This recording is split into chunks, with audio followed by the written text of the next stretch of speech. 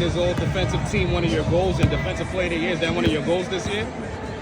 Yeah, I definitely, I don't really get into the accolade part of it, but I definitely want, people to be put on notice, and I hope that my team feels like they can rely on me defensively every single night, and be able to not have to worry about that part, of the game plan and of the scheme. But as far as awards and accolades, it comes. Sometimes you get it, sometimes you don't. Sometimes people deserve it and get it, and sometimes people don't deserve it and get it. So I don't really, put too much of my value into that. Preparation tonight, to defend Sabrina on the second night of a back-to-back. How ready are you for that? And what are some of the things that you guys are going to get into tonight? We're going to have to switch it up. They have a lot of players that have really high basketball IQ, so you can't do the same thing all night. They'll just, pick it apart. So throw different looks at them. Just be physical. She's going to make tough shots as she does every night, and she's having an incredible season. Me and her have been going at it since high school. We're both from California, both played in EYBL, then both in the Pac-12. So, we're not new to this with each other, but it's going to be fun, as it always is. I said there was a lot of seatbelt action last night. Yes. Let's talk about the pride that you've taken defensively, the leap that you made from last year to this year. Coming into the league, there was 6 All-Stars on the team that I was drafted to, so I knew that they didn't necessarily need me to score to get on the floor, and something I knew that could help the team was playing defense, and so I kind of just hung my hat on that, and now obviously that's my large role on the team, and sometimes my offense isn't flowing, but there's something I can always control, and that's my effort, my defense, getting on the rebounds, and just making it difficult for the other team, getting us extra possessions, different things like that. So I think that's what I try to focus on, regardless of the scoring. It's the floor. She is able to read, and when she gets mismatches, she does well at rolling them down and making plays from the block, whether it's kicking it out or whether it's her little turnaround jumper. I think it's helped a lot, especially there's a lot of attention on DB defensively, and she's able to alleviate some of that just because she can knock down the shot and you can't leave her, and she's consistent with that. I'm inconsistent throughout this season, and so it's really good to have that on the other side of the floor. Do you ever want a podcast? Because you got the personality for a podcast. Did you ever talk about it? And Alyssa, anyone talk about you having a podcast right here? Did you not? Yeah, we've discussed it, but we don't get to see each other that much, so we don't want to spend the time that we do get to see each other recording a podcast. And then on the road, how do you prepare the crowd? Obviously, you had a back-to-back last night. I understand you drove such a drive today. But usually, how do you prepare for back-to-backs? What are some things as an athlete that you can do on the front end to help you?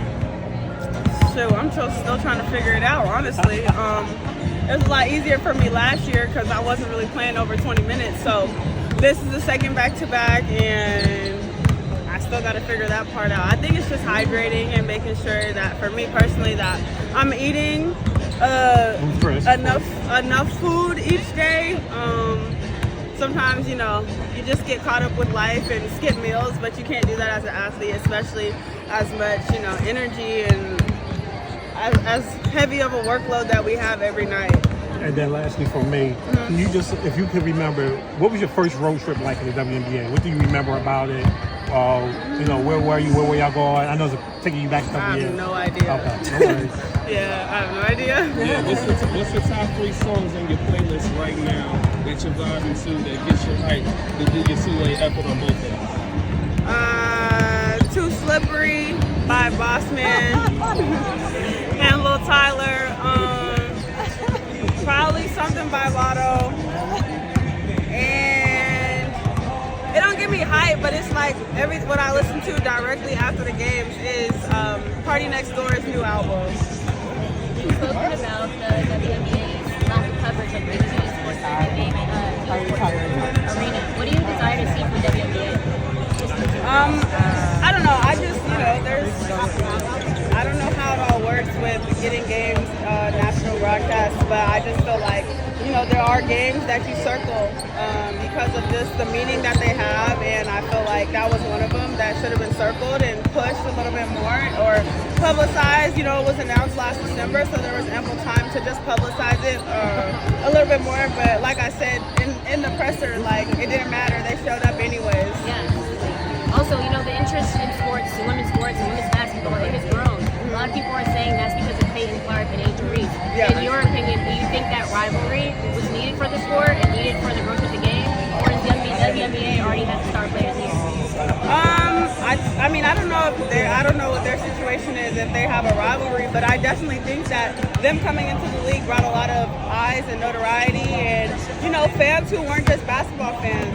Like Angel's very much into the beauty and she's in music videos and all of those, so that's a whole different audience that she's bringing into the league. And Caitlin has a whole different audience also that she's bringing to the league. So I think that they have done great things for the W in general, but we already had stars, we just didn't have the eyes on it that I think was necessary. I mean, but we have Asia Wilson, we got Alyssa Thomas, we got Brandon Stewart. Like, we already have stars, but I think that they have definitely helped to grow the game. Absolutely. And I feel like you're bringing fashion to the game.